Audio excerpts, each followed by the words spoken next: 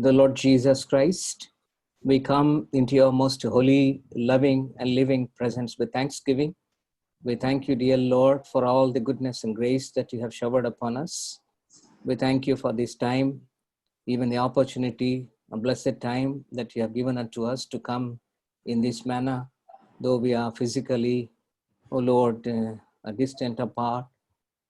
But thank you, dear Lord, you are everywhere, and we are before the throne of your grace, and we are, O Lord, having your presence with us. Therefore, we thank you, we worship you, dear Lord.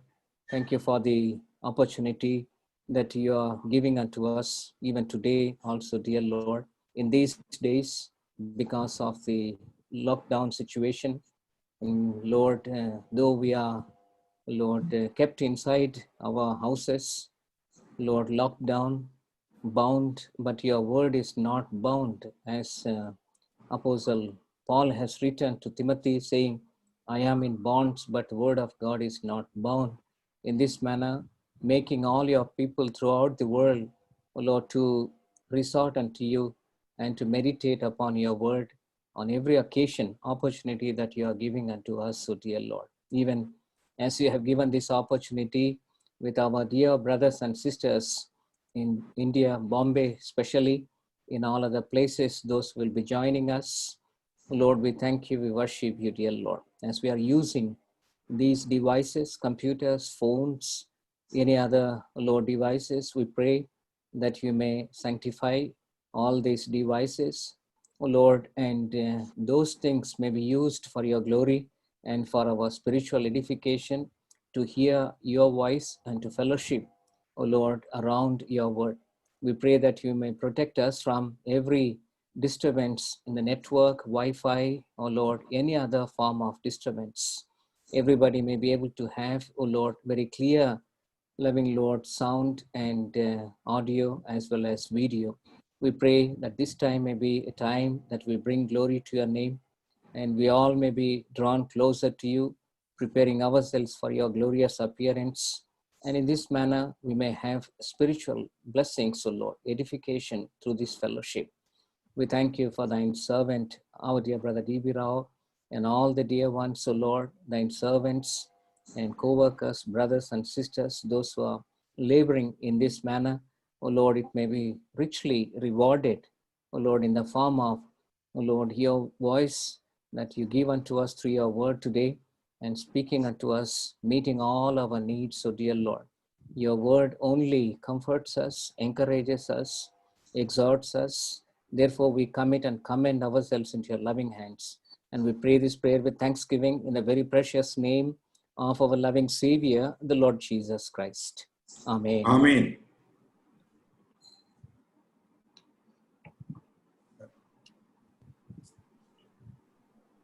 Hindi गीत संख्या 487 487 तेलुगु 482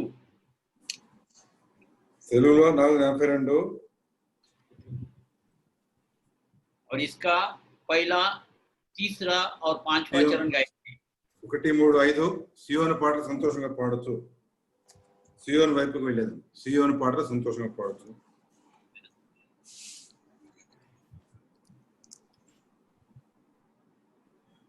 आनंद से भर कर जाएंगे हम सब गाते हुए सियोन की तरफ आनंद से भर कर जाएंगे हम सब गाते हुए सियोन की तरफ सारे जगत में ये आनंद नहीं मेरे प्यारे प्रभु ने बताया सही सारे जगत में कोई आनंद नहीं मेरे प्यारे प्रभु ने बताया सही दुख और मुसीबत उठाओगे प्यारो थोड़ी देर और अब बाकी रही दुख और मुसीबत उठाओगे प्यारो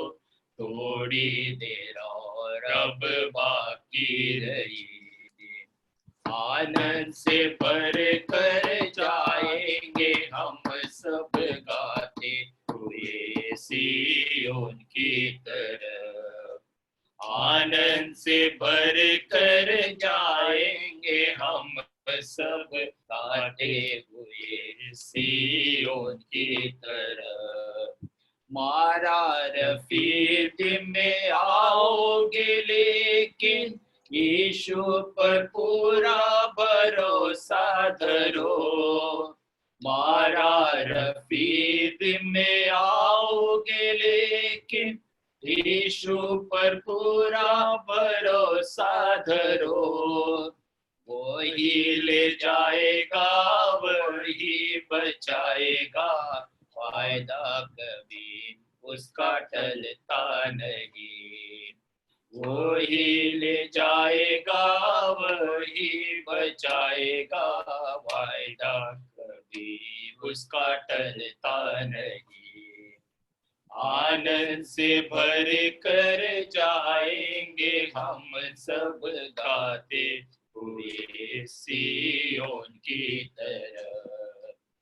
आनंद से भर कर जाएंगे हम सब गाते हुए सिय्योन की तरफ।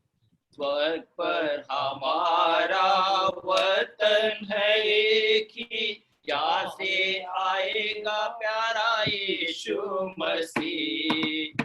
स्वर्ग पर हमारा वतन है एक ही, यहाँ से आएगा प्यारा यीशु मसीह।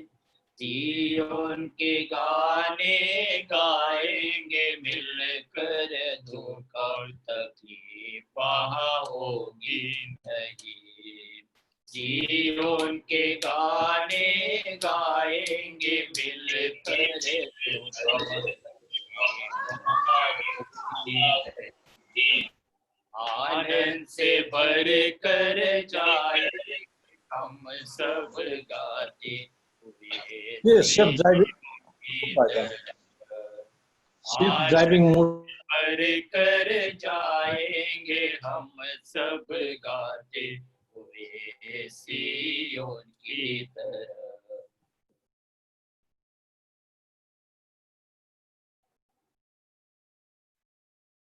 Praise the Lord.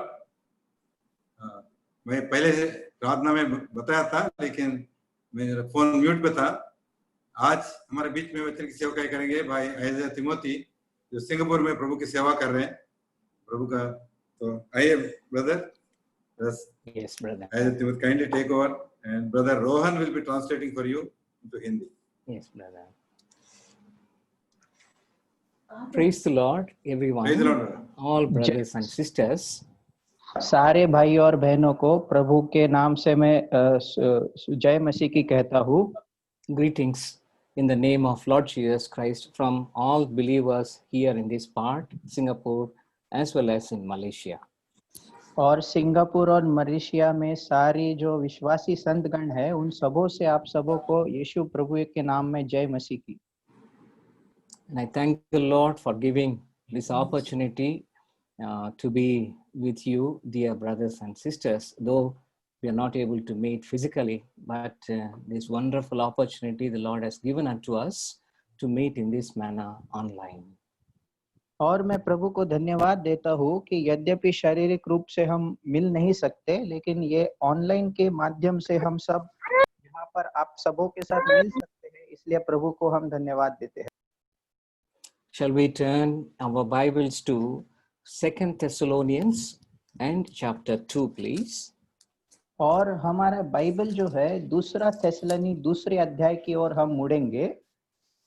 And we will read the verse that is actually mentioned for the meeting. और यहाँ पर जो वचन इस सभा का अंश है वो हम वहाँ पर पढ़ेंगे।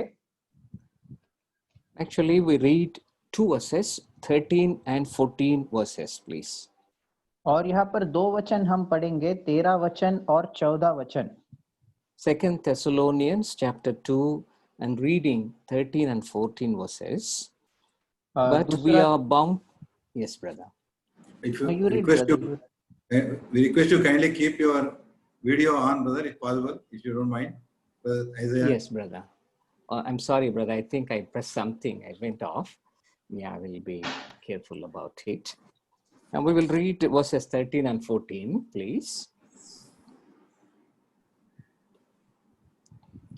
But we are bound to give thanks always to God for you, brethren, beloved of the Lord, because God has from the beginning chosen you to salvation through sanctification of the Spirit and belief of the truth, whereunto he called you by our gospel to the obtaining of the glory of our Lord Jesus Christ. Should I read in Hindi? Yes, yes, brother. हे भाइयों और प्रभु के प्रिय लोगों, चाहिए कि हम तुम्हारे विषय में सदा परमेश्वर का धन्यवाद करते रहे, क्योंकि परमेश्वर ने आदि से तुम्हें चुन लिया कि आत्मा के द्वारा पवित्र बनकर और सत्य की प्रतीति करके उद्धार पाओ, जिसके लिए उसने तुम्हें हमारे सुसमाचार के द्वारा बुलाया कि तुम हमारे प्रभु यीशु मसीह की महिमा को प्राप्त करो. So 2 words here we notice before we read another scripture portion, that is salvation and glory. और यहाँ पर 2 शब्दों के ऊपर हम ध्यान लगाएंगे अगला भाग पढ़ने से पहले, और वो 2 शब्द है, पहला तो है उद्धार और दूसरा है महिमा. ఈ 2 వచనాల్లో 2 మాటలు మనం చూడవచ్చు, రక్షణ మహిమ అన్నట్లు. మనం ఇంకొక వచనాన్ని మనం చూద్దాం. We'll read one more verse, 1 Thessalonians chapter 2. और एक I'm और very वचन sorry, हम chapter 5. एक और वचन पढ़ेंगे, पहला थेसलनी उसका 5 अध्याय, And we will read verse 9, please. और उसका 9 वचन हम पढ़ेंगे. For God has not appointed us to wrath, but to obtain salvation by our Lord Jesus Christ.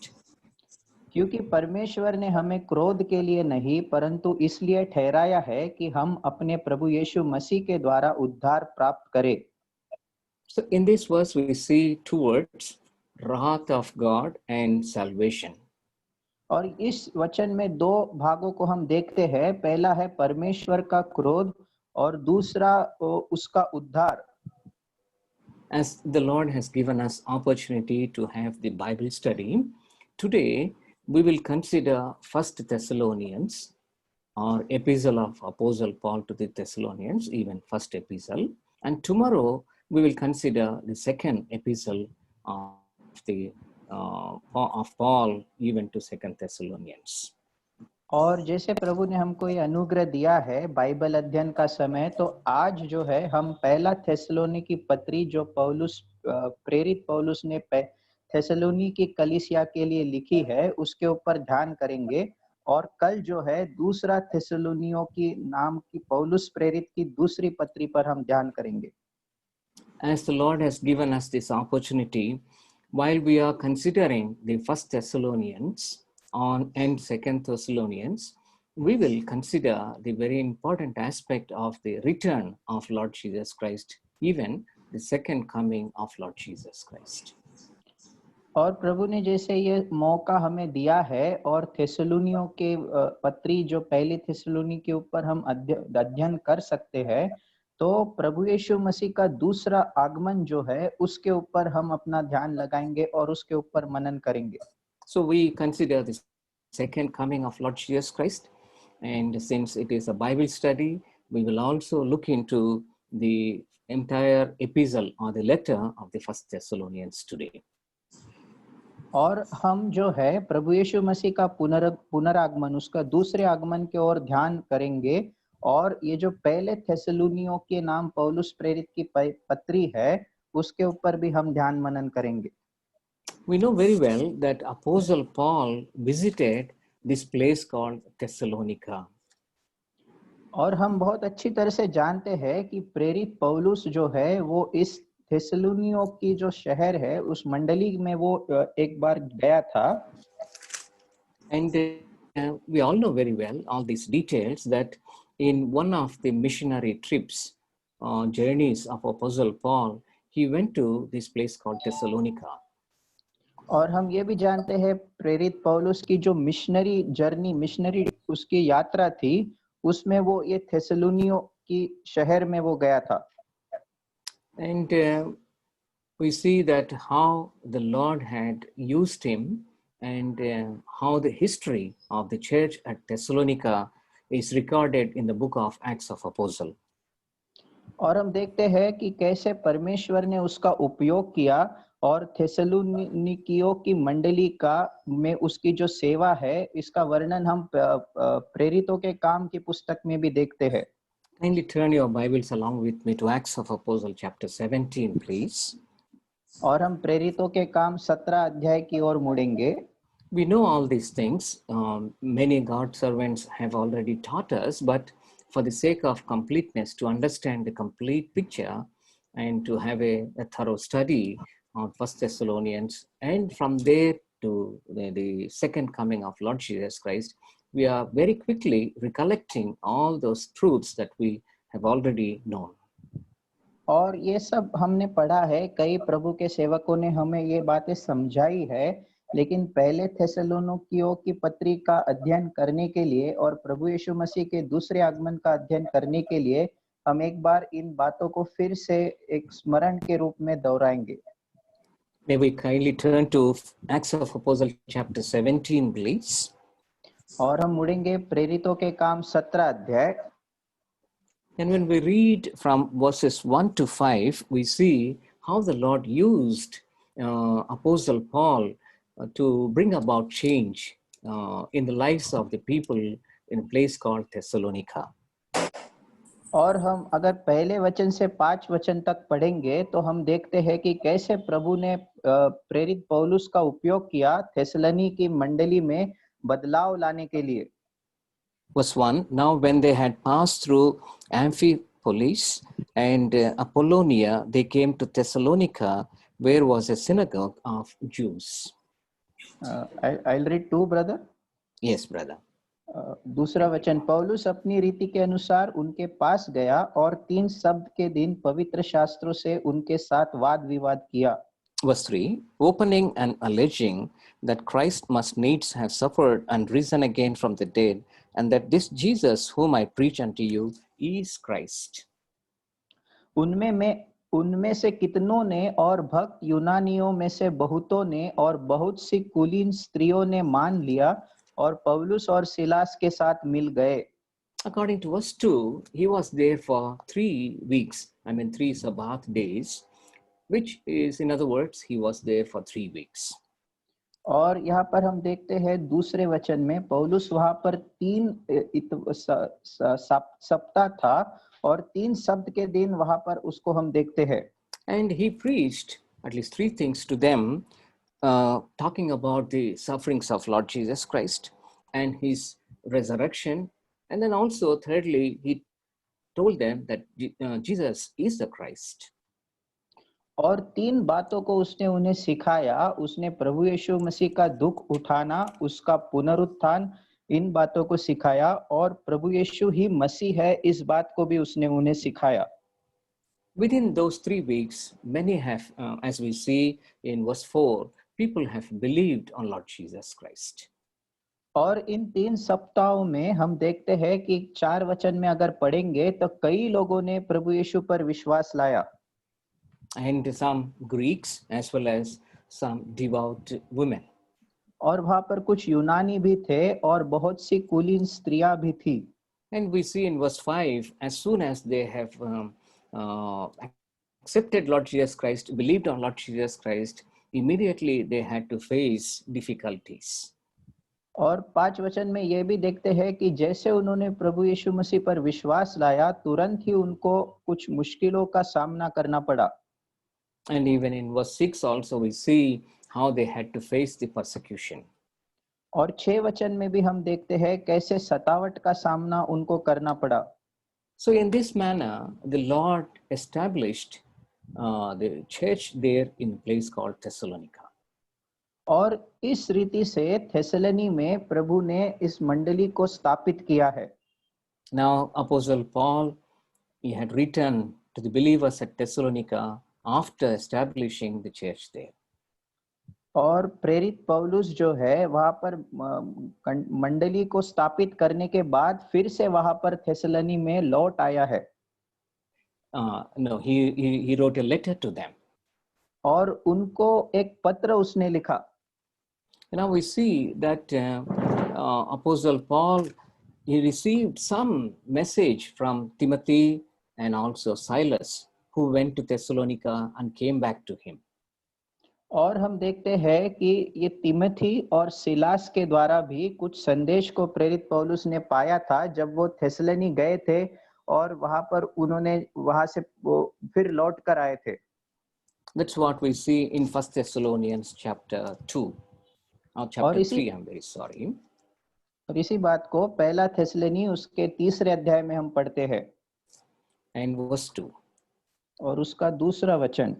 1 Thessalonians chapter 3 and reading verse 2. And sent Timotheus, our brother and minister of God and our fellow laborer in the gospel of Christ, to establish you and to comfort you concerning your faith. और हमने तिमुथियुस को, जो मसीह के सुसमाचार में हमारा भाई और परमेश्वर का सेवक है, इसलिए भेजा कि वह तुम्हें स्थिर करे और तुम्हारे विश्वास के विषय में तुम्हें समझाए। And afterwards, Timothy came back and he brought a very good report about Thessalonians. Believers at Thessalonica. और इसके पश्चात तिमोथी जो है वो फिर से लौट आया और थेसलोनी के विश्वासियों के विषय में एक बहुत ही अच्छा रिपोर्ट को उसने लाया। 1 Thessalonians chapter 3 and verse 6. पहला थेसलोनी 3 अध्याय उसका 6 वचन। But now when Timotheus came from you unto us and brought us good tidings of your faith and charity, and that you have good remembrance of us always, desiring greatly to see us as we also to see you. पर अभी तिमुथियुस ने, जो तुम्हारे पास से हमारे यहाँ आया है, तुम्हारे विश्वास और प्रेम का सुसमाचार सुनाया और इस बात को भी सुनाया कि तुम सदा प्रेम के साथ हमें स्मरण करते हो और हमारे देखने की लालसा रखते हो, जैसा हम भी तुम्हें देखने की। So after Timothy came back, now Apostle Paul had written this letter to the Thessalonians, or believers at Thessalonica. और तिमोथी वहां से लौट आने के बाद प्रेरित पौलुस ने इस पत्री को थेसलोनी के विश्वासियों को लिखा था। And we see how within those 3 weeks, the believers at Thessalonica, they have developed 3 great virtues of a believer or Christian. और हम देखते हैं जो 3 सप्ताह थे, इस 3 सप्ताह में ये थेसलोनी के विश्वासी जो लोग थे, उन्होंने एक विश्वासी होने के 3 बहुत ही अच्छे गुण उनमें पाए गए। And we all know very well, it is about the work of faith and labor of love and patience of hope that they have developed very quickly. और हम देखते हैं कि विश्वास का काम और प्रेम का परिश्रम और आशा का धीरज से बाट जोना, इन 3 बातों को बहुत ही अच्छे तरह से हम उनमें देखते हैं। Chapter 1 and verse 3. और उसका पहला अध्याय और 3 वचन। 1 Thessalonians 1:3, remembering without ceasing your work of faith, labor of love and patience of hope in our Lord Jesus Christ, in the sight of God and our Father. और अपने परमेश्वर और पिता के सामने तुम्हारे विश्वास के काम और प्रेम का परिश्रम और हमारे प्रभु यीशु मसीह में आशा की धीरता को लगातार स्मरण करते हैं। And even in the same chapter, verse 9, he said, what are these 3 things? What is the work of faith and labor of love and patience of hope that quickly the Lord had formed in the lives of these believers? और उसी अध्याय में आगे हम ये भी पढ़ते हैं कि ये कौन सी बातें हैं, प्रेम का परिश्रम और विश्वास का काम और आशा का धीरता का लगातार स्मरण करना, जो परमेश्वर ने इन थेसलोनी के विश्वासियों के जीवन में पूरी की थी। We all know very well all these things. और हम अच्छी तरह से इन सारी बातों को जानते हैं। We're just recollecting them only. और इन बातों को हम फिर से जैसे कि स्मरण कर रहे हैं। In 1 Thessalonians chapter 1 verses 9 and 10, we see the work of faith is that we can very clearly see in the believers of Thessalonica that they have turned from the idols. और इसी अध्याय के 9 और 10 वचन में हम देखते हैं विश्वास का जो कार्य है उन थेसलोनी विश्वासी के जीवन में हम देखते हैं कि मूर्तियों से वो जैसे कि मूर्तियों से वो फिर गए थे And labor of love is serving the Lord, serving the living and true God. और प्रेम का परिश्रम हम देखते हैं कि जीवते और सच्चे परमेश्वर की सेवा वो करने लगे And patience of hope is they are waiting for the coming of Lord Jesus Christ from heaven. और आशा का धीरज से बाट जोना ये है कि प्रभु यीशु मसीह के दूसरे आगमन की वो बाट जो रहे थे And these three virtues are like the first steps of a believer. और ये तीन गुण जो है वो एक विश्वासी के जैसे कि पहले कदम है But Apostle Paul, as a skillful man of God, he is encouraging all these believers in those three virtues. और प्रेरित पौलुस लेकिन जो परमेश्वर का सेवक होने की नाती वो इस विश्वासियों को इन तीन गुणों में जैसे कि वो प्रोत्साहन दे रहा है In entire First Thessalonians, we see all these three things repeatedly coming again and again: faith, love, and hope. और पहला थिस्सलुनी में हम देखते हैं कि ये जो तीन बातें हैं विश्वास आशा और प्रेम ये बातें बार बार दोहराई गई है Very quickly I will tell in Telugu also. మొదటి తెస్సలోనికలకు రాసిన పత్రికలో మనం చూస్తే ఏ విధంగా తెస్సలోనిక అన్న ఊరిలో ఒక మరి మంచి విధానంలో దేవుడు వాళ్ళకి ఒక సంఘాన్ని ఏర్పరిచినట్లుగాను అపోస్తలుడైన పౌలు కేవలం 3 దినాలు ఉండటం ద్వారా 3 వారాలు ఆ 3 వారాల్లోనే వాళ్ళ యొక్క జీవితంలో విశ్వాసము ప్రేమ నిరీక్షణ అన్నవి అంటే ఒక విశ్వాసికి నిజమైన దేవుని యొక్క బిడ్డకు ఉండవలసిన ఆ యొక్క గుణ లక్షణాల్లో ఉన్న 3 విశ్వాసము ప్రేమ నిరీక్షణ అన్నవి ఎంతో త్వరగా ఏర్పడ్డాము వాళ్ళు అంటే ఆ యొక్క విశ్వాసంతో కూడిన పని ప్రేమతో కూడిన పరిచర్య ఆ తర్వాత నిరీక్షణతో కూడిన ఓర్పును వాళ్ళు కలిగి ఉన్నట్లుగా మనం చూడవచ్చు ప్రేమతో కూడిన పని ఏంటంటే వాళ్ళు విగ్రహాలను వదిలిపెట్టి నిజమైన దేవుని దగ్గరికి వచ్చారు ఆ యొక్క అది విశ్వాసంతో కూడిన పని ప్రేమతో కూడిన పరిచర్య అంటే జీవం కలిగిన దేవుణ్ణి వాళ్ళు సేవించడం ఆరంభం చేశారు అది నిరీక్షణతో కూడిన ఓర్పు లేదా ఓర్పుతో కూడిన నిరీక్షణ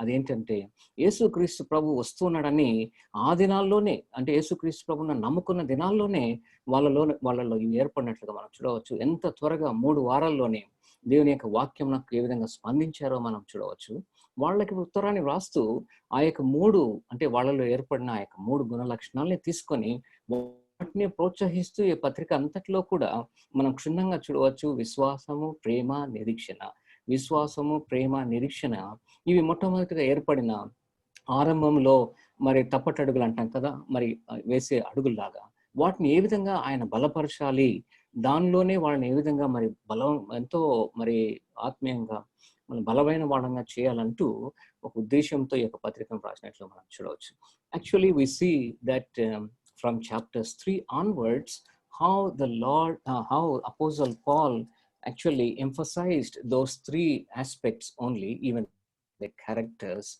of the believers at Thessalonica. और हम देखते हैं तीसरे अध्याय से आगे कि कैसे प्रेरित पौलुस ने केवल इन 3 बातों को और इस थिस्सलुनी के विश्वासियों के जीवन में इन 3 बातों को जैसे कि उनका प्रोत्साहित किया है इन 3 गुणों के विषय में Then we see in chapter 3 and verse 2, he wanted to establish them in faith. और तीसरा अध्याय दूसरे वचन में हम देखते हैं कि वो उन्हें विश्वास में स्थापित स्थिर करना चाहता था Especially how they have to continue in faith in the midst of difficulties. और कैसे बहुत ही समस्या और उलझन के होते हुए भी विश्वास में उनको बने रहना है इस बात को लिखता है So when we read 2 to 4, we will understand that. Quickly, our dear brother will read in Hindi 2 to 4, please. हाँ तुरंत हम 2 वचन से लेके 4 वचन हिंदी में पढ़ेंगे पहला थिस्सलुनी तीसरा अध्याय 2 से 4 और हमने तीमुथियुस को जो मसीह का सुसमाचार में हमारे भाई और परमेश्वर का सेवक है इसलिए भेजा कि वह तुम्हें स्थिर करे और तुम्हारे विश्वास के विषय में तुम्हें समझाए कि कोई इन क्लेशों के कारण डगमगा ना जाए क्योंकि तुम आप जानते हो कि हम इन ही के लिए ठहराए गए हैं क्योंकि पहले ही से जब हम तुम्हारे यहाँ थे तो हमसे कहा करते थे कि हमें क्लेश उठाना पड़ेगा, और ऐसा ही हुआ है जैसे कि तुम जानते भी हो। And in this manner, we see that how he was preparing them. We, right from the beginning, the time of salvation onwards, he prepared them that we have to face, difficulties, and we have to suffer for Lord Jesus Christ. और हम देखते हैं इन विषयों के द्वारा कैसे प्रेरित पौलुस उनको पहले से ही तैयार कर रहा था नया जन्म पाने के बाद, कि ये विश्वासी जो है वो कैसे इस समस्या का सामना कर सके और प्रभु यीशु मसीह के नाम के लिए दुख उठा सके। Apostle Paul, we all know, he was called even to suffer for Lord Jesus Christ. और हम देखते हैं प्रेरित पौलुस जो है उसको भी प्रभु ने बुलाया था कि प्रभु यीशु मसीह के लिए वो दुख उठाए। And therefore, right from the beginning, he talked about, how we have to suffer for Lord Jesus Christ. और हम देखते हैं कि पहले से ही, आरंभ से ही उसने इन बातों को लिखा है कि कैसे प्रभु के लिए, यीशु के लिए हमको दुख उठाना है और क्लेश भोगना है। Everybody has a specialization, right? As we see many men of God, they are very much blessed or very much, skillful in bringing us a particular topic of the Bible or truth that we have in the Bible. और कईयों की कुछ कुछ विशेषता है। हम देखते हैं कई प्रभु के सेवक हैं जो बाइबल के किसी विषय को बहुत ही स्पष्ट रीति से हमें समझा सकते हैं, हमारे सामने ला सकते हैं। And in a similar manner, Apostle Paul is the one who talked about the sufferings and the glory that follows to almost all to every believer. And he wrote in every epistle these truths very clearly. और इसी प्रकार प्रेरित पौलुस ने ये जो विषय है, दुख उठाने का विषय, क्लेश उठाने का विषय है, और उसके बाद आने वाली जो महिमा है, प्रकट होने वाली महिमा है, इसको बार बार दोहराया है, और हर एक विश्वासी को इसी बात को वो स्मरण दिलाता है, इसी बात को बताता है। And depending upon his own calling, or based upon his own calling, he brought many truths concerning the sufferings that we go through because of our faith and because we follow Lord Jesus Christ. और प्रेरित पौलुस का की जो बुलाहट थी, उस बुलाहट के कारण हम जो प्रभु यीशु को के पीछे चलते हैं, उसके लिए हमको जो दुख उठाना पड़ता है, क्लेश उठाना पड़ता है, इन बातों को उसने वो सिखा सका और हमको प्रकट कर सका। And we should be established in our faith even in the middle of all sufferings. और ये सब इसलिए होता है कि हम जो है क्लेश के द्वारा गुजरने से हमारे विश्वास में स्थिर बने और विश्वास में स्थापित हो जाए।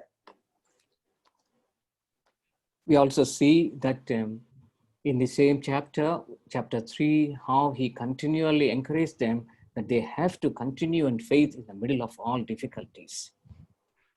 और इसी 3 अध्याय में हम देखते हैं कि कैसे प्रेरित पौलुस ने उनको समझाया और प्रोत्साहित किया है कि दुख और क्लेश होते हुए भी उनको आगे बढ़ते जाना है और आगे की ओर बढ़ना है। So that is the first part of the message that he wrote to the First Thessalonians, that is establishing them in faith. और ये पहला उसका संदेश का भाग है जो थेसलोनिकी मंडली को वो लिखता है, और ये संदेश यही है कि विश्वास में स्थिर बन जाना। Secondly, to exhort them for the love for the Christ, or even about the labor of love they had from the beginning to serve the living and true God. और दूसरी बात जो है वो उनको प्रोत्साहित करता है कि वो प्रेम का परिश्रम करे, क्योंकि वो प्रेम जो प्रभु यीशु मसीह के लिए उनका है और जीवित परमेश्वर के लिए वो जैसे प्रेम करते हैं, वो प्रेम में वो परिश्रम करते रहे। And if we call the first one, the establishing them in faith, as encouraging them to walk in faith, and we see secondly, while exhorting them in the love of God, he is asking them to walk in holiness. और पहले हम देखते हैं कि जैसे वो उनको ये प्रोत्साहित करता है कि विश्वास में वो बढ़ते चले जाए। दूसरी बात हम देखते हैं कि वो उनको प्रोत्साहित कर रहा है कि वो पवित्रता में चलते जाए।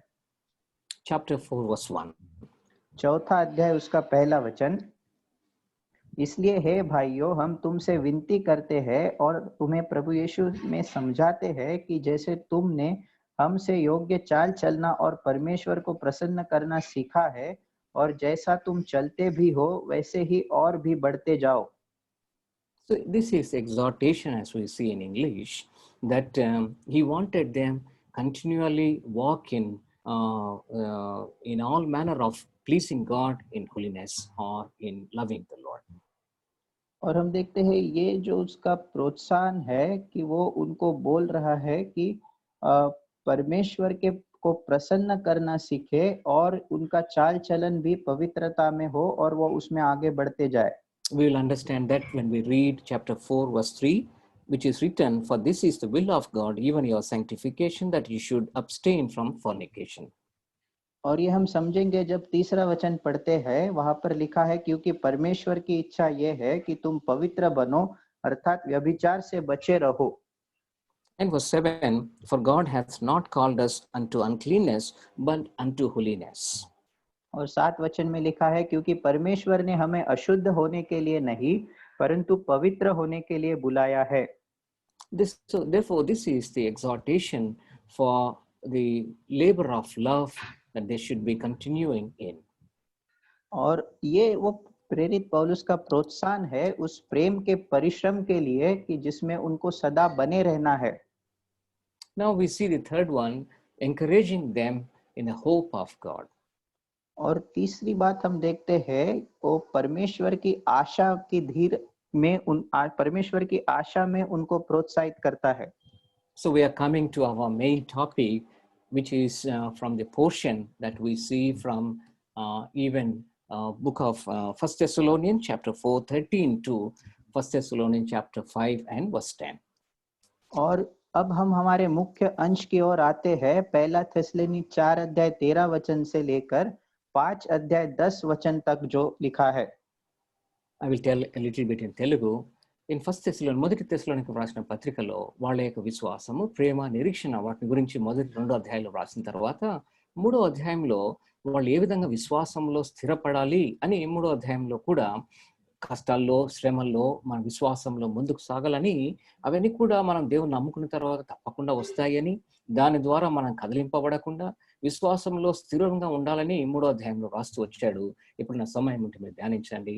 4వ అధ్యాయంలో ఏ విధంగా వాళ్ళ యొక్క ప్రేమతో కూడిన ప్రయాసను గురించి రాస్తూ, దేవుని ఏ విధంగా మనం ప్రేమించాలి అని రాస్తూ, ఆయన ఏమన్నాడంటే వాళ్ళకి ఒక ప్రోత్సాహకరమైన మాటలు రాస్తూ, మీరు దేవుని కొరకై ఆయన్ను మరి ఎల్లప్పుడూ కూడా ఆయనకి ఇష్టమయ్యే పనులు చేస్తూ రావాలి, పరిశుద్ధతను ప్రేమించాలి, మనము పరిశుద్ధత కొరకే మన యొక్క ఘటాలని కూడా ఏ విధంగా మనము ఆ యొక్క మరి పరిశుద్ధత కొరకై మనం ప్రతిష్ఠించుకోవాలని కూడా రాస్తూ వచ్చాడు.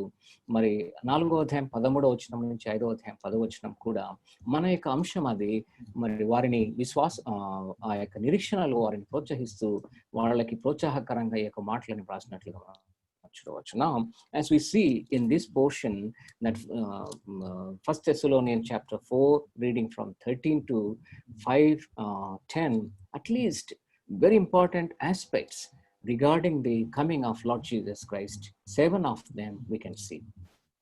और यहाँ पर हम जब पहला थिस्सलुनी 4 अध्याय 13 वचन से 5 अध्याय 10 वचन तक पढ़ते हैं तो प्रभु यीशु के पुनरागमन के विषय में 7 बहुत ही मुख्य विषयों को बातों को हम देखते हैं। Very quickly we will meditate all of them today and we will consider the 2 Thessalonians tomorrow. और बहुत ही शीघ्र हम ये जो 7 विषय है इनके ऊपर ध्यान मनन करेंगे और दूसरा थिस्सलुनी की पत्री को हम कल देखेंगे। 1 Thessalonians chapter 4 and verse 13. पहला थिस्सलुनी 4 अध्याय 13 वचन, हे भाइयों But I हम would नहीं not. Yes, brother. Yes, brother. Please go hey ahead. भाइयों हम नहीं चाहते कि तुम उनके विषय में जो सोते हैं अज्ञानी रहो, ऐसा न हो कि तुम दूसरों के समान शोक करो जिन्हें आशा नहीं। So what makes us different from others, unbelievers, is the hope. और कौन सी बात है जो अविश्वासी लोगों से हमको अलग करती है, और वो बात आशा है। Now they started to have hope in the Lord, that means Lord Jesus Christ is coming. They are patiently waiting for the return of the Lord Jesus Christ. और अब जो है उनको ये आशा है कि प्रभु यीशु मसीह आ रहा है, तो वो धीरज से उसके आगमन की बाट जोते हैं। Now he is encouraging them in the same hope.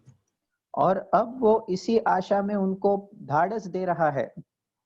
We all know that in the Bible, many God servants have taught us we have a blessed hope according to Titus chapter 2 verse 13, and a good hope according to 2 Thessalonians 2:16, and a lively hope according to 1 Peter chapter 1 verse 3. और तीतुस की पत्री 2 अध्याय 13 वचन में धन्य आशा के विषय में लिखा है, और थेसलनी दूसरा थेसलनी 2 अध्याय 16 ना 2:16। Yes, brother. 2:16 वहाँ can you repeat brother 2:16? It's Yes, brother. I will tell slowly. I'm very sorry. We see a blessed hope in Titus chapter 2 verse 13. और तीतुस की पत्री 2 अध्याय 13 वचन में धन्य आशा के विषय में लिखा है। And 2 Thessalonians chapter 2 verse 16, we see good hope.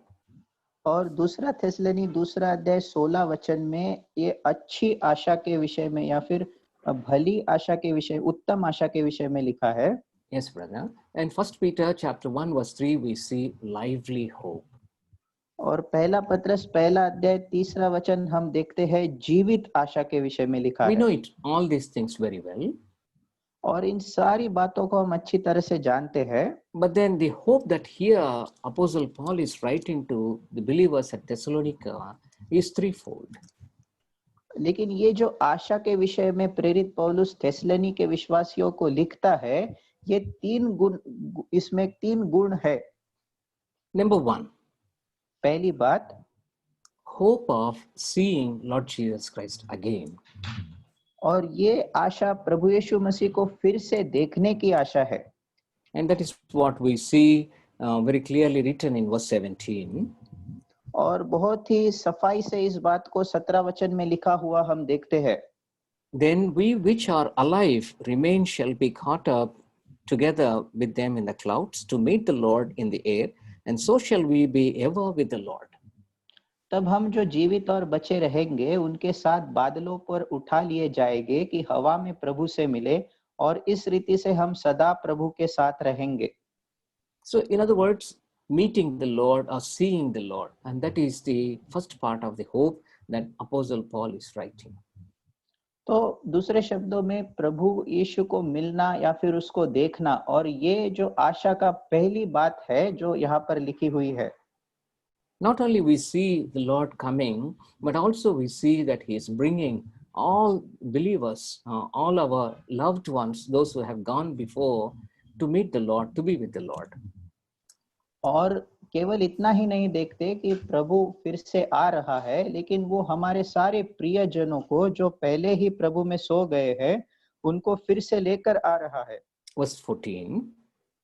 14 वचन में लिखा है, क्योंकि यदि हम विश्वास करते हैं कि यीशु मरा और जी भी उठा, तो वैसे ही परमेश्वर उन्हें भी जो यीशु में सो गए हैं उसी के साथ ले आएगा।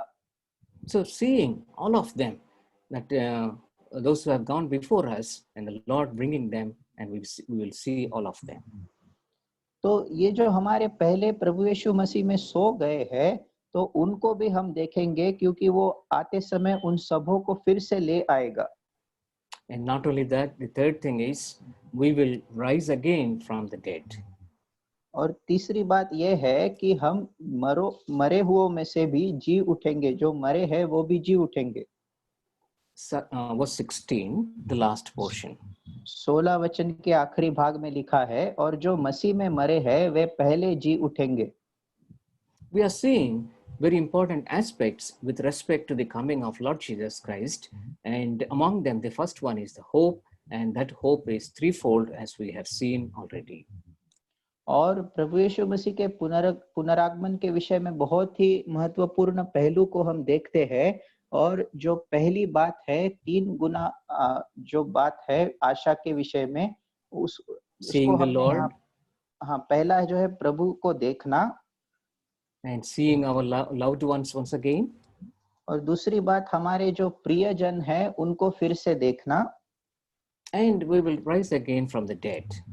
और तीसरी जो बात है कि हम मरे हुओं में से फिर से जी उठेंगे। After talking about the hope, और आशा के विषय में बात करने के पश्चात now he talked about the resurrection. अब वो पुनरुत्थान के विषय में बातें करता है। And this is very important one actually with respect to our faith in the Lord Jesus Christ and salvation. और ये जो हमारे प्रभु यीशु मसीह पर हमारा विश्वास और उस उद्धार के विषय में बहुत ही महत्वपूर्ण बात है, Central to our faith. और हमारे विश्वास की जैसे कि बुनियादी बात है। And even our entire belief as believers that we have, our faith is based upon the resurrection of Lord Jesus Christ. और मसीह होने के नाते हमारा जो विश्वास है, हमारा विश्वास इस बात के ऊपर आधारित है कि प्रभु यीशु मसीह मरे हुओं में से फिर से जी उठा। And also the Lord has given us the hope of resurrection even in our lives. और प्रभु ने इस आशा को भी हमें दिया है, जो पुनरुत्थान की आशा है वो भी हमारे जीवन में उसने दिया है। He talked about the resurrection of the dead and resurrection of those who are alive. और यहाँ पर उसने जो मरे हुए हैं उनका पुनरुत्थान और हम जो जीवित है उनके पुनरुत्थान के विषय में भी लिखा है।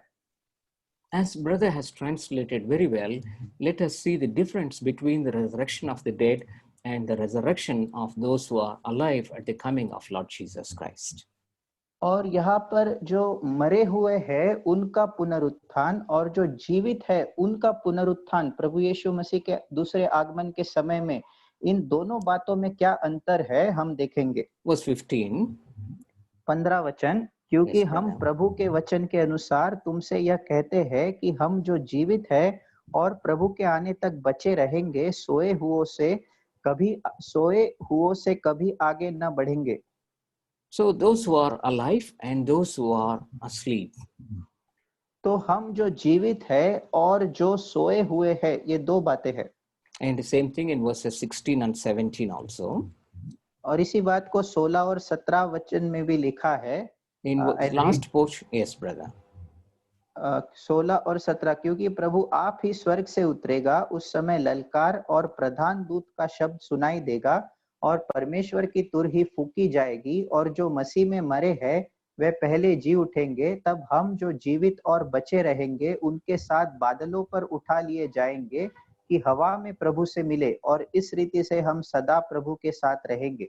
So dead in Christ and alive and those who are remaining. So these are the two categories that Apostle Paul is talking about, and is talking about the resurrection of such kind of two kinds of people.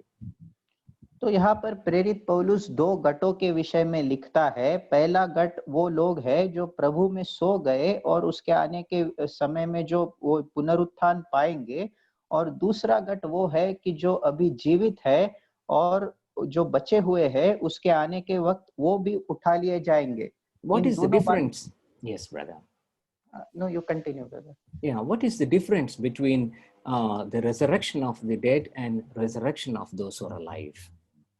तो ये जो दो बातें हैं, जो मरे हुओं का पुनरुत्थान और जो बचे हैं जो जीवित है उनका पुनरुत्थान, इन दोनों बातों में क्या भेद है, क्या अंतर है?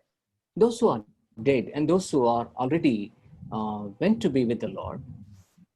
और जो मरे हुए हैं और पहले ही प्रभु के पास चले गए हैं, Their spirits are there with the Lord. और उनका जो आत्मा है वो प्रभु के पास है। But their bodies are now they are turned to dust. लेकिन उनका शरीर जो है अभी मिट्टी में मिल गया है। But during the time of resurrection of all those people, those who are asleep, लेकिन जब पुनरुत्थान के समय में जो सारे लोग जो प्रभु में सो गए हैं, and the body will rise again. तो उनका जो शरीर है वो फिर से जी उठेगा। So the resurrection of the body that Apostle Paul is talking about here. तो यहाँ पर प्रेरित पौलुस है वो शरीर के पुनरुत्थान के विषय में लिखता है। And the body will now together joined or united with the spirit. और अब ये जो पुनरुत्थित शरीर है वो उनके आत्मा के साथ जुड़ जाएगा.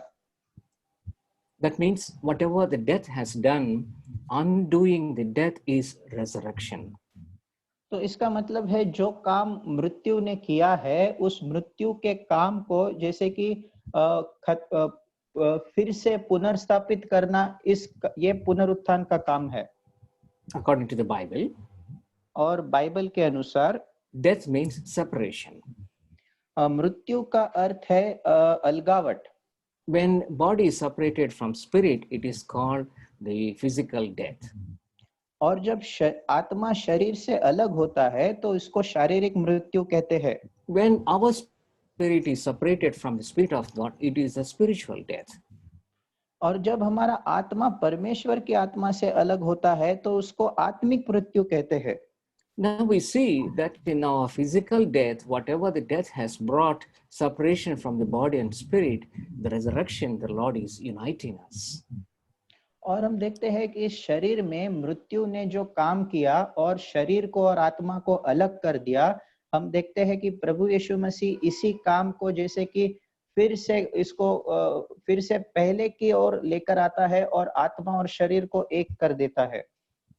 In 14 we see Lord bringing them. और 14 वचन में हम देखते हैं प्रभु उनको लेकर आ रहा है. And we see 16 last portion, they rise. और 16 वचन के आखिरी भाग में हम देखते हैं वो जी उठेंगे. So spirit will come along with the Lord Jesus Christ. तो आत्मा प्रभु यीशु के साथ आएगा. And body will rise. और उनका शरीर जो है वो जी उठेगा. So the united, unity of the spirit and body, that's what Apostle Paul is talking about, the resurrection of the dead. और इसी बात को प्रेरित पौलुस यहाँ पर लिख रहा है, जो शरीर और आत्मा का एक होना और फिर से जुड़ जाना, उसी को मरे हुओं का पुनरुत्थान कहते हैं. But then what is the resurrection of those who are alive at the coming of Lord Jesus Christ? लेकिन यहाँ पर जो जीवित है और जो बचे हुए हैं, उनका पुनरुत्थान किस बात को प्रकट करता है? And Apostle Paul wrote that it is a mystery. और प्रेरित पौलुस ने लिखा है कि यह बहुत बड़ा मर्म है. In a twinkling of an eye, in a fraction of the moment, we will be changed. और कहता है कि पलक झपकते ही और एक क्षण में ही हम बदल दिए जाएंगे. In verse 17 we see, और 17 वचन में हम देखते हैं, then we which are alive remain shall be caught up together with the Lord, with them. तब हम जो जीवित और बचे रहेंगे उनके साथ बादलों पर उठा लिए जाएंगे. What does that mean? तो इसका क्या अर्थ है?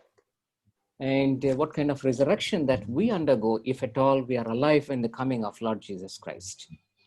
तो ये कौन सा पुनरुत्थान जो हमको उसमें से गुजरना है जब प्रभु यीशु मसीह फिर से आता है? 1 Corinthians chapter 15.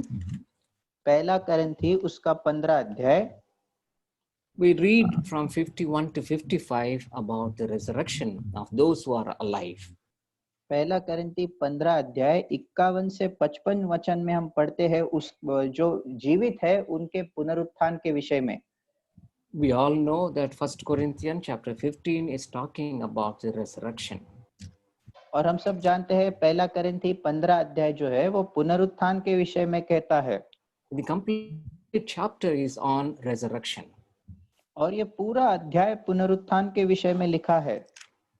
And when we come to verse 51, और जब हम 51 वचन की ओर आते हैं, kindly brother, kindly read brother.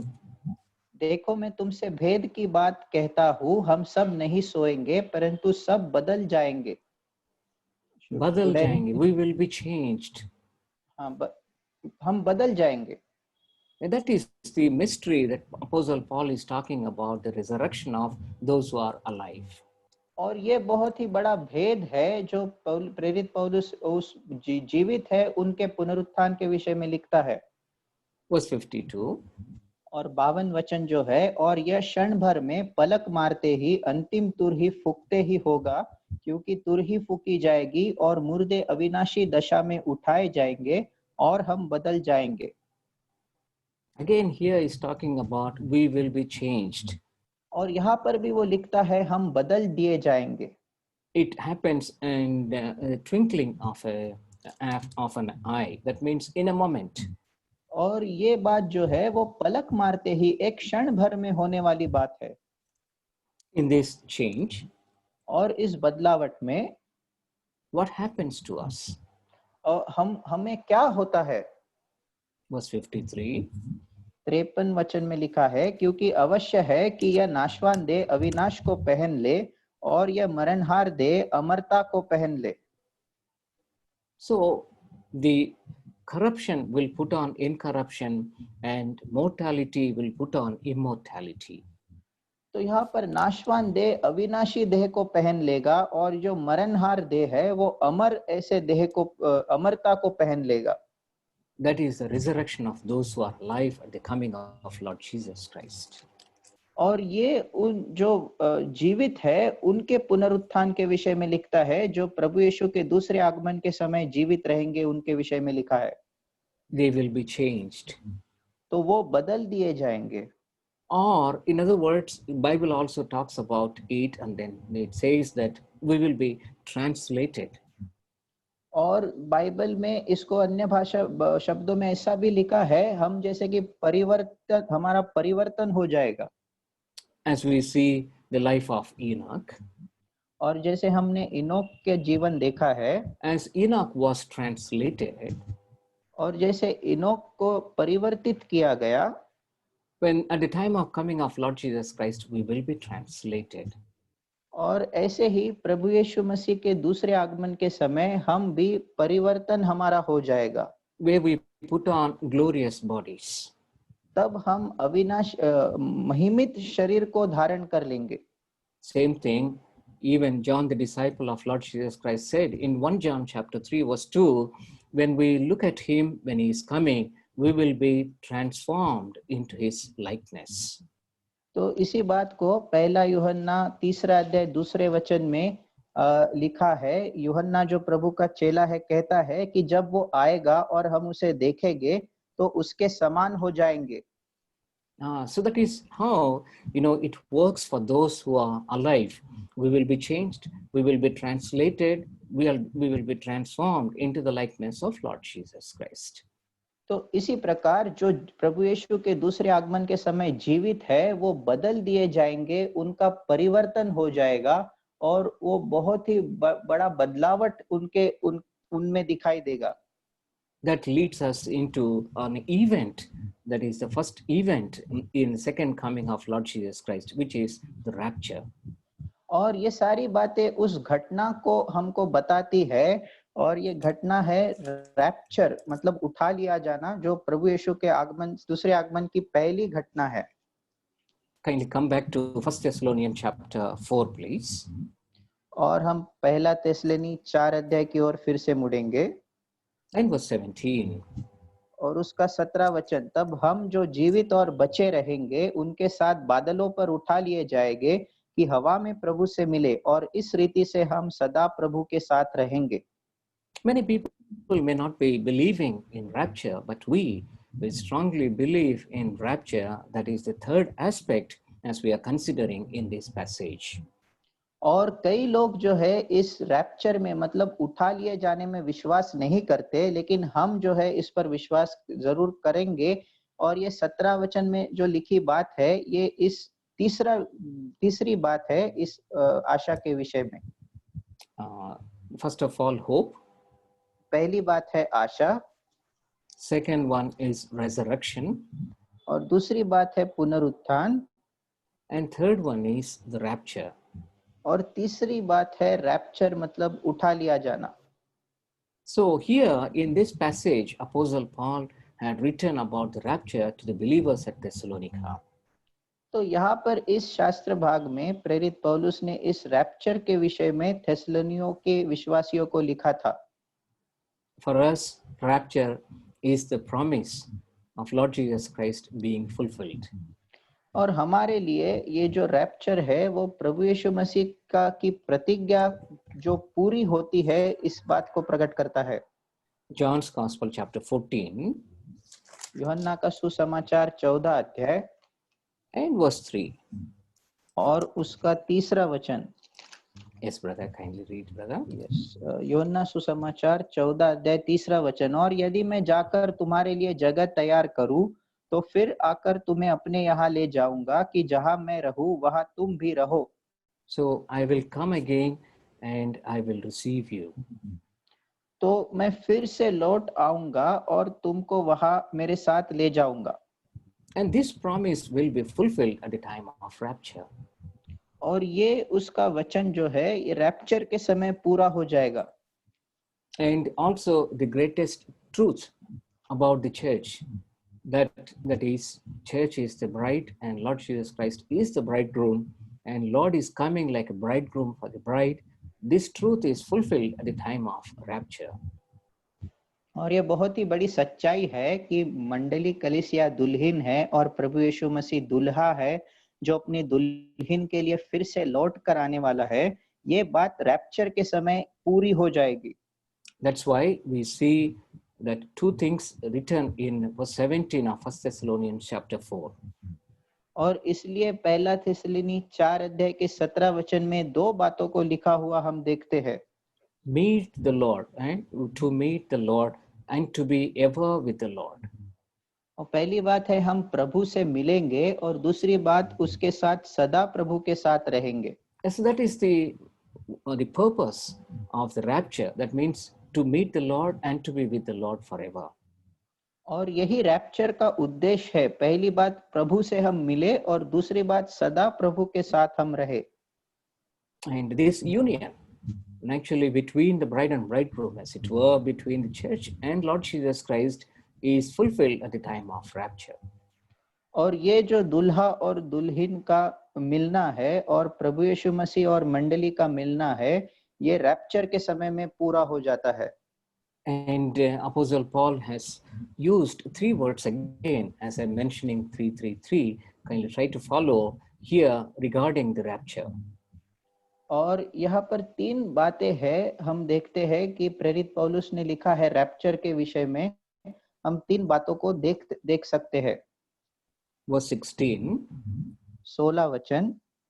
The Lord himself will descend. Yeah, brother. क्योंकि प्रभु आप ही स्वर्ग से उतरेगा। So Lord coming down. तो ये प्रभु स्वर्ग से उतरेगा। And he will not come upon the earth. और वो पृथ्वी पर नहीं आएगा। As we see that we will meet him in the clouds. और हम देखते हैं हम बादलों में उसे मिलेंगे। It's very clear to us that Lord will come down, but he will not come onto this earth, but into the midst of the clouds. और हम देखते हैं प्रभु फिर से जरूर लौट कर आएगा लेकिन वो पृथ्वी पर नहीं उतरेगा लेकिन वो बादलों पर उतरेगा। And secondly, और दूसरी बात regarding the rapture, we see that he comes like a thief. और हम देखते हैं रैप्चर के विषय में कि प्रभु एक चोर के समान आता है। Chapter 5 verse 2. इसका 5 अध्याय और 2 वचन। क्योंकि तुम आप ठीक जानते हो कि जैसा रात को चोर आता है वैसा ही प्रभु का दिन आने वाला है। In other words, for us, those who are waiting for the coming of Lord Jesus Christ, he is coming to take us as we are precious to him. और दूसरे शब्दों में हम जो प्रभु यीशु के दूसरे आगमन की बाट जोते हैं वो हमको लेने के लिए इसलिए आता है क्योंकि हम उसके लिए बहुत ही अनमोल है। And the thief coming, it has a different meaning unto those who are not waiting or not preparing themselves for the rapture. और ये चोर का आना ये दूसरे लोगों के लिए जो रैप्चर के लिए तैयार नहीं है उनके लिए इसका बहुत ही अलग ऐसा अर्थ निकलता है। Later we see about it. और इसके बारे में हम बाद में देखेंगे। And third description of the rapture is it is going to happen suddenly. और तीसरी बात रैप्चर के विषय में ये गुण है कि ये रैप्चर जो है अचानक रीति से होने वाली घटना है। Chapter 5, verse 3. और इसका 5 अध्याय दूसरा वचन, क्योंकि तुम आप ठीक जानते हो कि जैसे रात को चोर आता है वैसे ही प्रभु का दिन आने वाला है। 3 वचन।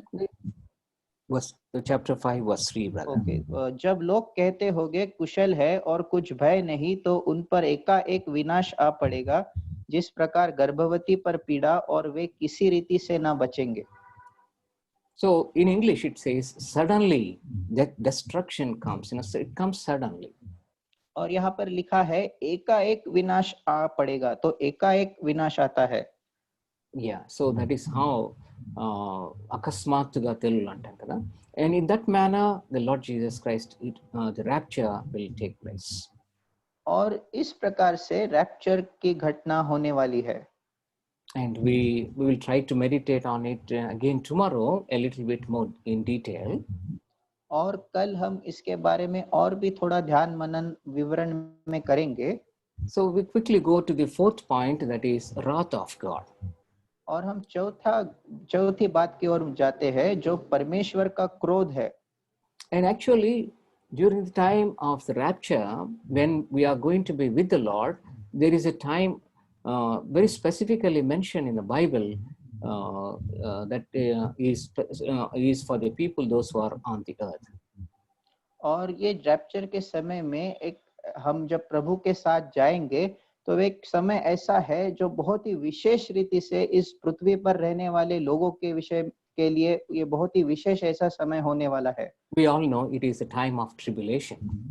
और हम अच्छी तरह से जानते हैं कि ये जो है एक संकट का समय, संकट काल है। So this time of tribulation is, in other words, called wrath of God.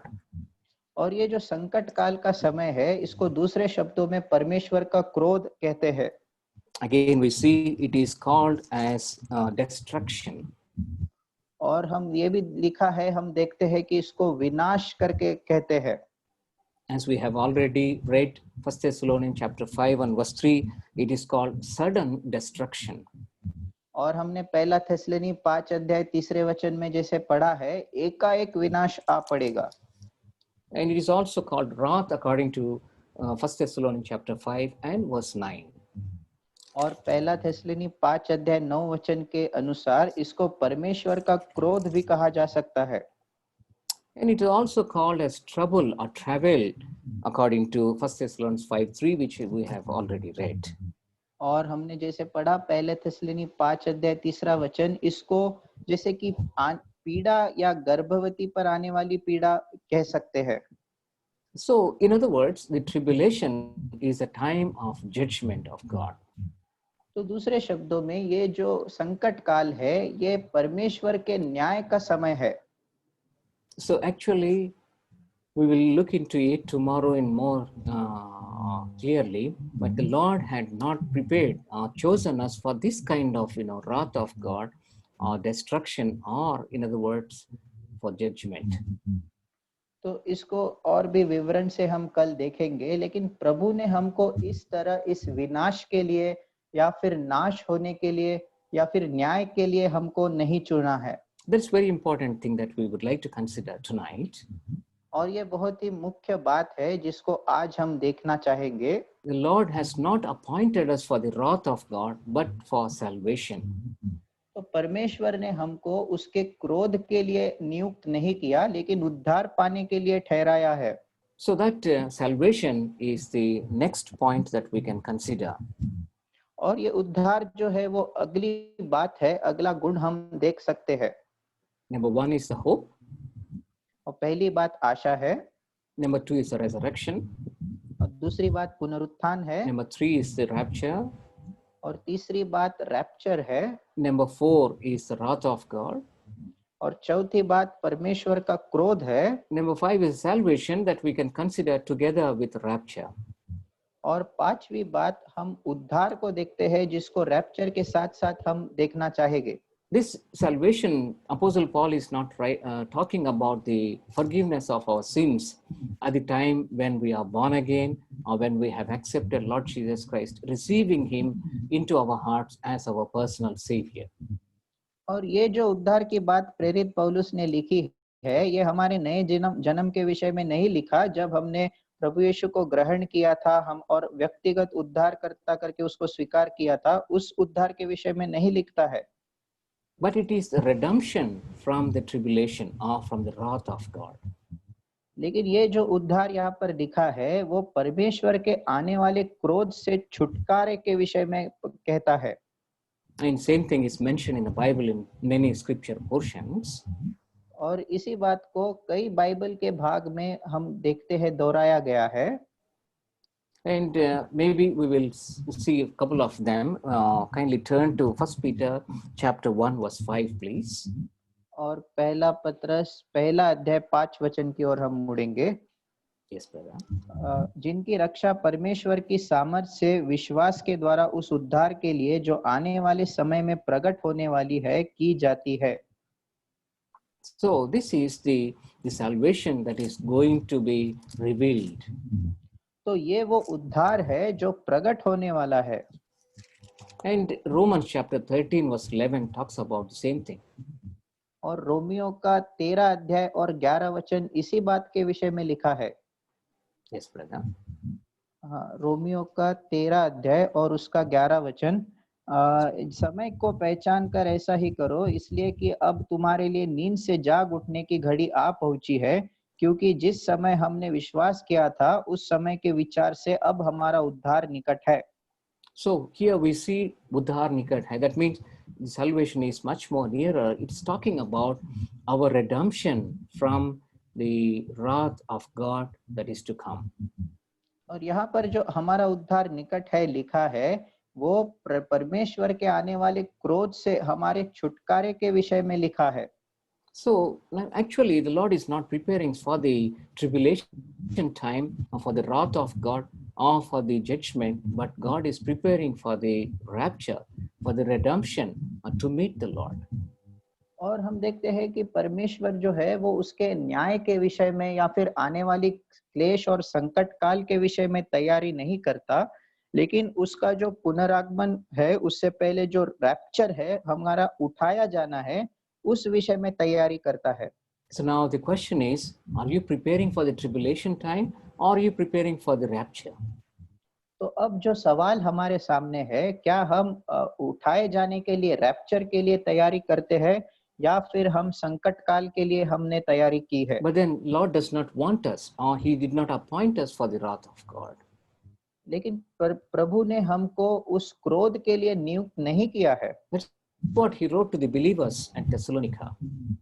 और इसी बात को थेसलोनी की मंडली को उसने लिखा है। Now is a very important aspect, the final aspect that we are seeing, that is our preparation for the rapture. और अब जो बहुत ही मुख्य विषय हम देखते हैं कि उस रैप्चर के लिए हमारा तैयार होना। Because Lord has appointed us for the salvation, that means for the rapture, how we should be living our lives. और क्योंकि प्रभु ने हमको उस आने वाले छुटकारे के लिए उद्धार के लिए ठहराया है, तो हमें कैसे हमारा जीवन जीना है। Brother, can I take few minutes with your kind permission? Sure. Surely you can take. Yes, brother. Brother, surely can. Brother. Yes.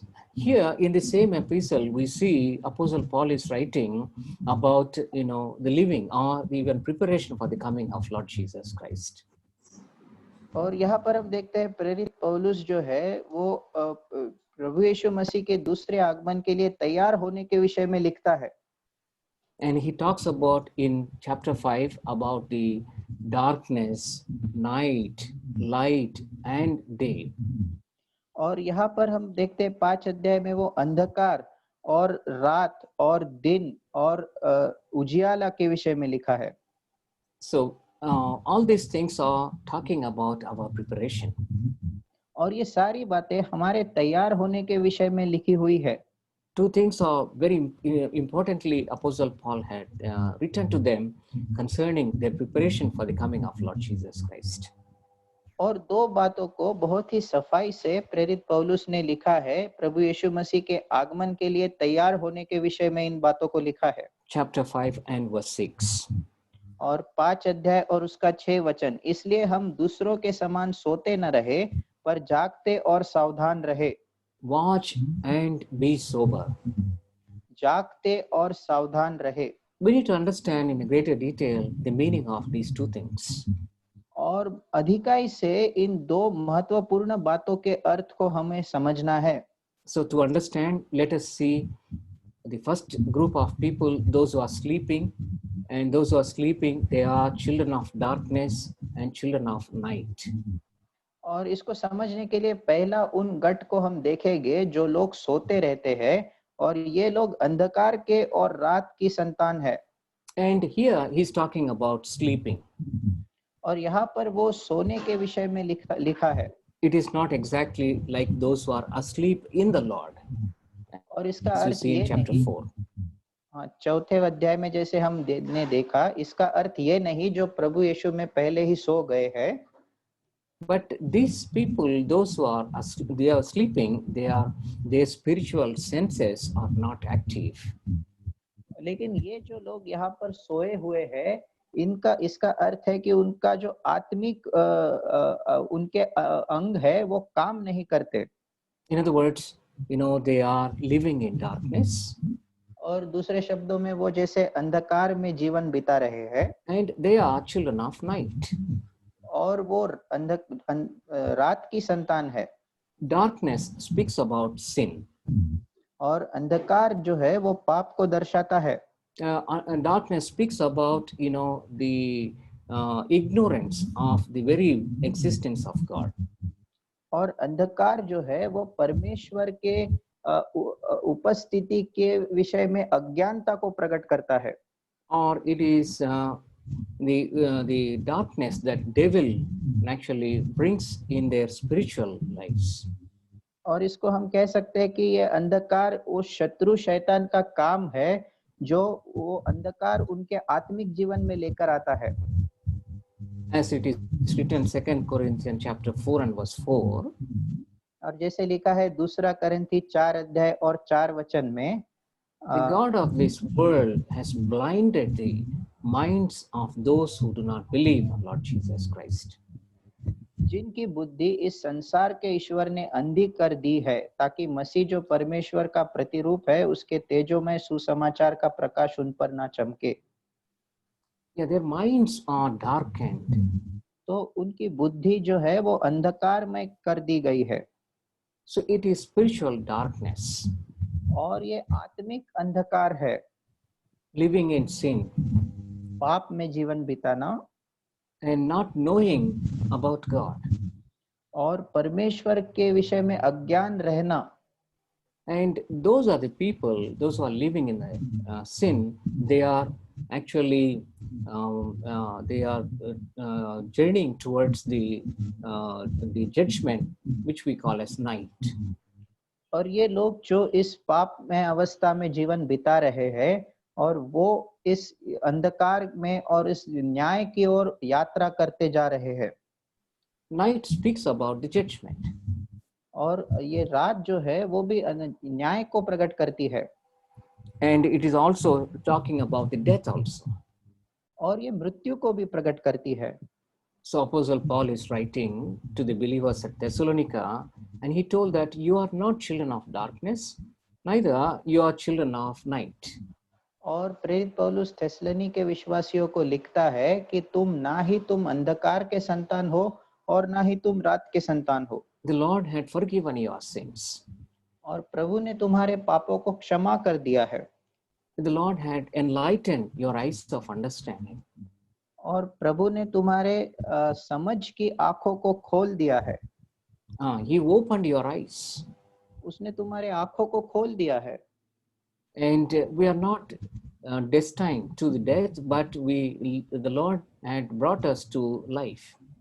और हमको उसने मृत्यु के लिए नियुक्त नहीं किया, लेकिन प्रभु ने हमको उजियाले के पास लेकर आया है। And after writing to them that you are not children of darkness or night, but he wrote that you are children of light and children of day. और जब उनको लिखा कि तुम अंधकार और रात की संतान नहीं हो, तो ऐसा भी लिखा है कि तुम ज्योति की संतान और दिन के संतान हो। 1 Thessalonians chapter 5 and verse 5. और पहला थिस्सलुनी 5:5 क्योंकि तुम सब ज्योति की संतान और दिन की संतान हो, हम न रात के हैं न What- अंधकार के हैं। What does that mean? तो इसका क्या अर्थ होता है? So first of all, the Lord is giving us an identity. तो सबसे पहली बात, प्रभु हमको एक जैसे कि हमको एक पहचान दिला रहा है। We need to remember that we have an identity after believing Lord Jesus Christ. और हमें यह बात स्मरण करना है कि प्रभु यीशु मसीह पर विश्वास लाने के बाद हमारी एक पहचान बन जाती है। The Lord separated us और जब प्रभु ने हमको अलग किया from the people of darkness and night. और इस अंधकार के और रात के संतान से हमको अलग कर दिया है, And now we are the children of light and children of day. और अब हम दिन के संतान है और ज्योति के संतान है। The Bible tells what we are and what we are not. और बाइबल इस बात को बड़ी स्पष्टता से बताती है हम क्या है और क्या नहीं है। We belong to Christ. We do not belong to the world. तो हम मसीह के हैं, हम संसार के नहीं है। తెలుగులో అంటాం కదా మనం లోక సంబంధములు కాదు కానీ క్రీస్తు వారము అని. అందుకని మనం పాట కూడా పాడుతూ ఉంటాం, మన మేసుని వారలము అన్నట్లుగా. So it is an identity that we belong to Christ. In a similar manner, we are not the children of night, children of darkness, but we are children of light. और ये हमारी पहचान है कि हम मसीह के हैं और इसी कारण से हम रात के और अंधकार की संतान नहीं है, लेकिन ज्योति के संतान और दिन के संतान है। And the Lord had transformed our lives. और प्रभु ने हमारे जीवन को परिवर्तन कर दिया है। Our sins are forgiven. हमारे पाप क्षमा कर दिए हैं। In 1 Peter chapter 2 verse 9, और पहला पत्रस 2 उसका 9 वचन, it says that the Lord had brought us from darkness to a marvelous light. और यहाँ पर लिखा है कि तुम्हें अंधकार में से अपनी अद्भुत ज्योति में बुलाया है। Yes, brother, kindly read, brother. पर तुम एक चुना हुआ वंश और राजपदधारी याजकों का समाज और पवित्र लोग और परमेश्वर की निज प्रजा हो, इसलिए कि जिसने तुम्हें अंधकार में से अपनी अद्भुत ज्योति में बुलाया है, उसके गुण प्रकट करो। So we are brought from darkness to life. तो हमें अंधकार में से उसने ज्योति, अद्भुत ज्योति में बुलाया है। From sinful life to the life where we serve the Lord. और एक पाप से भरे हुए जीवन से हमको बुलाकर एक ऐसा जीवन दिया है कि हम प्रभु की सेवा कर सके। To live to be like righteous people. और धर्मी लोगों के समान हम बन जाए। To be like saints, sanctified by the Lord. और हम उन संतों के समान बन जाए जिनको प्रभु ने शुद्ध किया है। And we are also brought out of the kingdom of darkness. और अंधकार के राज्य में से हमको बाहर बुलाया है। At the time of salvation. और उद्धार के समय में, Colossians chapter 1 verse 13. कोलोसी उसका 1 और उसका 3 वचन, 13 पद। सॉरी, कोलोसी उसका 1 13 वचन, जस्ट अ मिनट। उसी ने हमें अंधकार के वश से छुड़ाकर अपने प्रिय पुत्र के राज्य में प्रवेश कराया। So we are taken out of the kingdom of darkness, our powers of darkness. तो हमको इस अंधकार के सामर्थ्य से उसने छुड़ाया है। For that the Lord had paid a great price on the cross. और इसके लिए प्रभु ने कलवरी क्रूस पर एक बहुत बड़ी कीमत को चुकाया है। That's why in John's Gospel chapter 8 verse 12 says, the Lord said, those who follow me, they will not live in darkness, but they have light of life.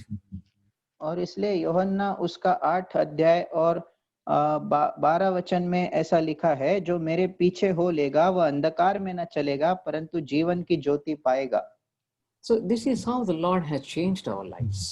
और इसी रीति से प्रभु ने हमारे जीवन को बदल दिया है।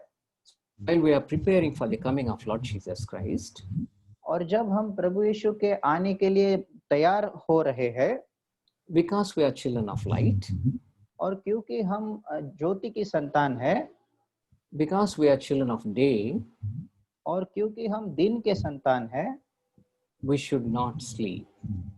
तो इसलिए हमें सोना नहीं है। That's what Apostle Paul had written to them. और इसी बात को प्रेरित पौलुस उनको लिखता है। First Thessalonians chapter 5, और पहला थिस्सलुनी 5 अध्याय verse 6. और उसका 6 वचन, इसलिए हम दूसरों के समान सोते न रहे, पर जागते और सावधान रहे। So these two things we will consider and meditate and close for today.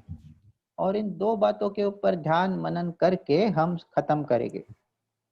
It is written, let us watch. और ऐसा लिखा है कि हम जागते रहे। What is the meaning of watch? और जागते रहने का क्या अर्थ है? If you read or if you consult any dictionary, we will come across at least 5 meanings.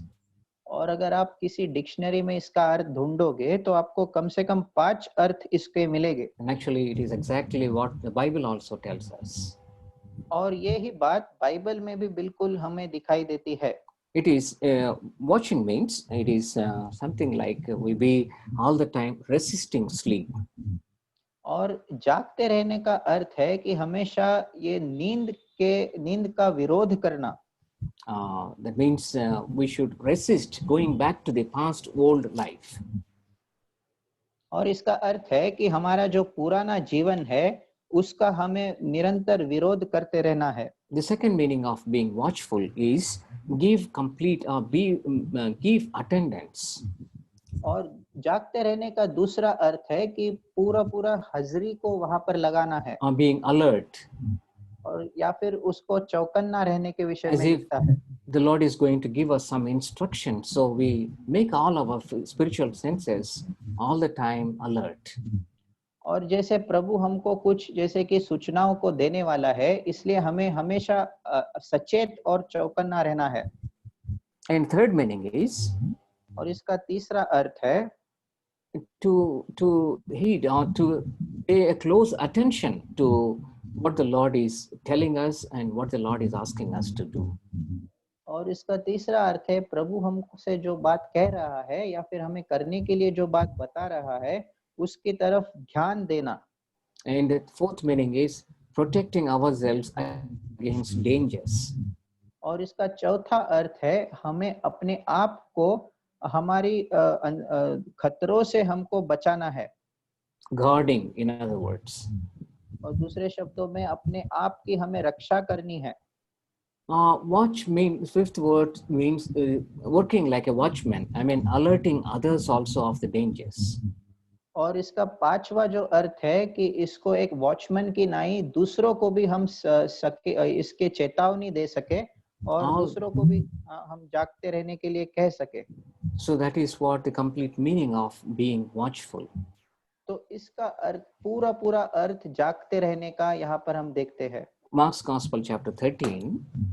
और मरकुस का सुसमाचार उसका 13 अध्याय। And when we read from 35 to 37, we will come to some of the meanings that we have just now mentioned. और अगर 35 वचन से लेकर 37 वचन हम पढ़ेंगे तो यहाँ पर कुछ अर्थ हमने जो देखे हैं इसको यहाँ पर देखते हैं। Maybe we'll read from 34 to 37 very quickly, please. हाँ, 34 से लेकर 37 वचन हम पढ़ेंगे। ये सब बातें यीशु ने दृष्टांतों में लोगों से कही और बिना दृष्टांत वह उनसे कुछ न कहता था कि जो वचन भविष्य। Brother, I'm sorry. Mark's Gospel chapter 13. Sorry. I'm reading from 33 to 37.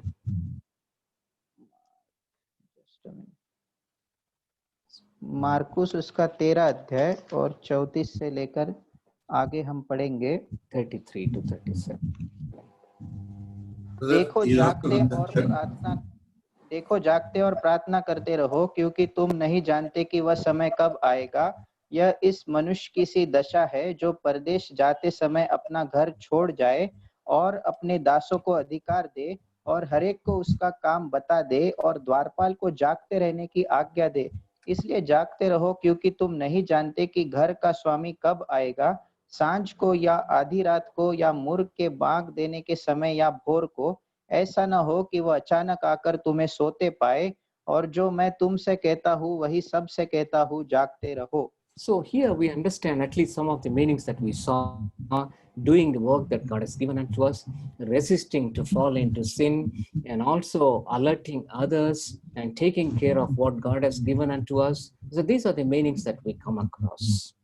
और यहाँ पर जो अर्थ हमने देखे, हम देखते हैं पहले परमेश्वर का काम हम करते रहे, दूसरों को हम चेतावनी देते रहे और अंधकार और पाप में से पड़ने से हम उसका विरोध करते रहे, और ये सारी बातों को अर्थ हम जागते रहने के विषय में यहाँ पर देखते हैं। And second exhortation that Apostle Paul gave to the Thessalonians is to be sober. और दूसरा जो प्रोत्साहन प्रेरित पौलुस ने यहाँ पर थेसलोनी को दिया है, और वो है टू बी सोबर, सावधान रहने के विषय में लिखा है। And 1 Thessalonians chapter 5 verse 6. पहला थेसलोनी 5 अध्याय उसका 6 वचन, इसलिए हम दूसरों के समान सोते न रहे पर जागते और सावधान रहे। सावधान रहे. That is what is the meaning of being sober? और यहाँ पर सावधान रहने का क्या अर्थ है? When we go into this kind of details, it will be very profitable to us. We understand more clearly what the Lord is asking us to do while we are preparing for the coming of Lord Jesus Christ. और जब हम इसको बारीकाई से इसका अभ्यास हम करते हैं तो हमारे लिए बहुत ही लाभदायक बातें होगी कि हम प्रभु यीशु मसीह के आने के लिए हम तैयार हो सके। Titus chapter 2 और तीतुस की पत्री उसका 2 अध्याय verses 2, 4 and 6. और उसका 2 और 4 और 6वां वचन। Yes, brother. We'll read first only verse 2. हाँ, हम पहले सिर्फ 2 वचन पढ़ेंगे, तीतुस का 2 अध्याय और उसका 2 वचन, अर्थात सॉरी यू सेड 4 ना, 4, 5, 6 chapter 2 verse 2 to start with. Okay. और दूसरा तीतुस की पत्री 2 अध्याय 2 वचन, अर्थात बूढ़े पुरुष सचेत और गंभीर और संयमी हो और उनका विश्वास और प्रेम और धीरज पक्का हो। Yeah, here we see the word, we come across the word sober. और यहाँ पर हम जो है संयमी हो या सावधान रहने का ये शब्द है, इसको हम देखते हैं। It means to be vigilant. और इसका अर्थ है कि हमेशा जागरूक रहना। Vigilant, as our brother translated very well, that it is making very sound in faith and also charity and in patience. और इसका अर्थ है कि विश्वास में हमको संयमी रहना है और प्रेम और धीरज में हमको पक्का बनना है। In other words, being vigilant or being very wise. और दूसरे शब्दों में बहुत ही जागरूक और बहुत ही बुद्धिमानी हमको यहाँ पर देखती है, बुद्धिमान होना। We come across, yes brother, we come across this word sober again in verse 4. और 4 वचन में फिर से ये शब्द जो है संयमी होना, इसको हम देखते हैं। Every time it is written, it has a different meaning. Though in English, maybe in other languages, same word is used, sober, sober, sober. But when we read the original language, in root word, entirely different words are used.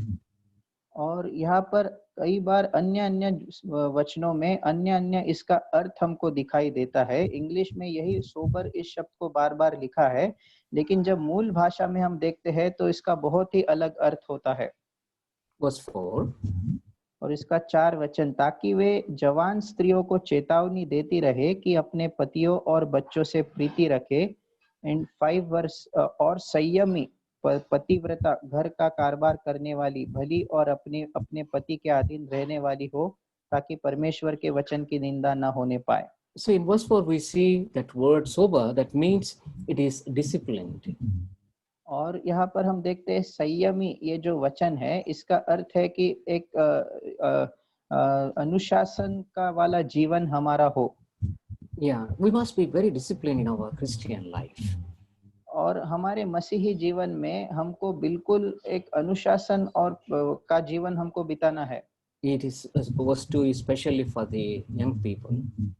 और इसका दूसरा वचन खास करके जवान लोगों के लिए है। And we see in verse 6. और इसके 6 वचन में भी हम पढ़ते हैं, ऐसे ही जवान पुरुषों को भी समझाया कर कि संयमी हो। So here again, word sober used, that means to have a right mind. और यहाँ पर फिर से संयमी इस शब्द को उपयोग किया है, इसका अर्थ एक सीधा मन होना है। Let me tell very quickly the three meanings. और इन तीन अर्थों को मैं बहुत शीघ्र बताऊंगा। In verse 2, दूसरा वचन, it is a wise mind. दूसरे वचन का अर्थ है एक बुद्धिमान मन। And verse 4, sound mind means actually having all the senses working properly.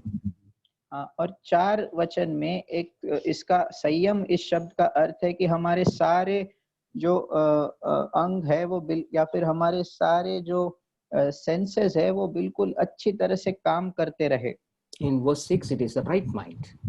और 6 वचन में एक सही मन का होना। It is something like, we must be led by the God of the Holy Spirit. और इसका अर्थ है कि हमको पवित्र आत्मा के द्वारा हमको चलाए जाना है। In this world, we come across word sober with respect to those who are, against drunkenness. और यहाँ पर इस संसार में ये संयमी होना, ये शब्द हम जब देखते हैं तो इस संयमी होने का अर्थ है कि मतवालापन नहीं हमें करना है। Yeah, we should be led by the God of the Holy Spirit.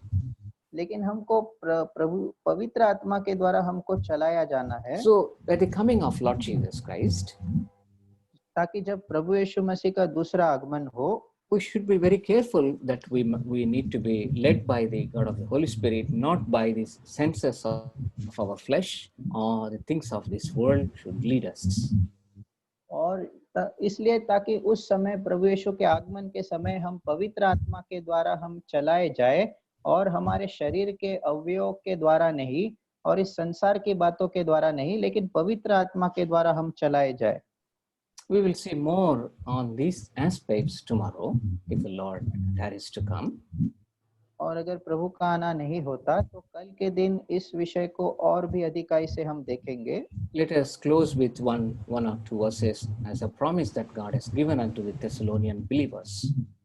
और एक और दो वचन को देखकर हम अंत करेंगे जो प्रभु ने इस थेसलोनिकी विश्वासियों को एक प्रतिज्ञा के रूप में दिया है।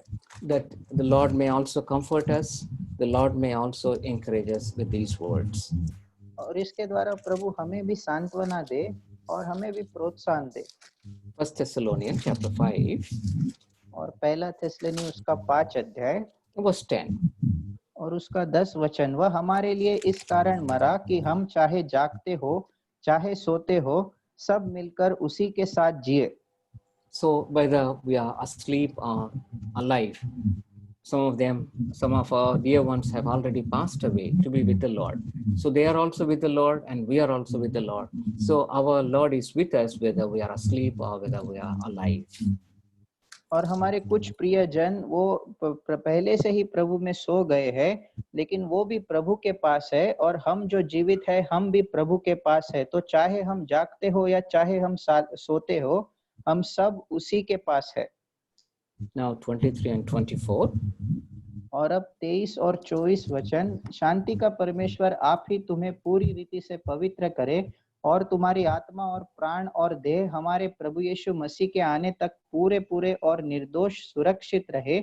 तुम्हारा बुलाने वाला सच्चा है और वह ऐसा ही करेगा। Even in these days, the presence of God is with us, whether we are alive and some of our dear ones are passed away. और इन दिनों में भी प्रभु की उपस्थिति हमारे साथ है, हम जो अभी जीवित है और यद्यपि कुछ हमारे प्रियजन प्रभु में पहले से ही सो गए हैं। Our God is faithful God. हमारा परमेश्वर एक विश्वास योग्य परमेश्वर है। And he will prepare us for his glorious appearance. और वो उसके महिमित प्रकट होने के लिए हमको जरूर तैयार करेगा। In the body, soul and spirit, he will sanctify and prepare us, keep us blameless at the appearance of of Lord Jesus Christ.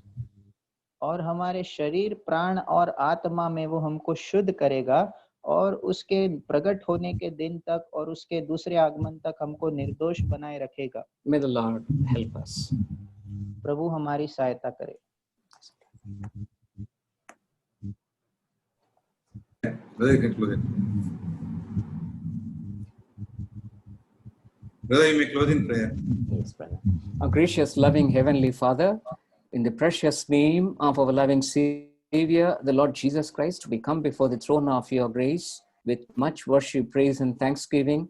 With all our limitations, O Lord, we have attempted to meditate on the greatest truths that we have in your word, O dear Lord, especially with respect to the coming of Lord Jesus Christ.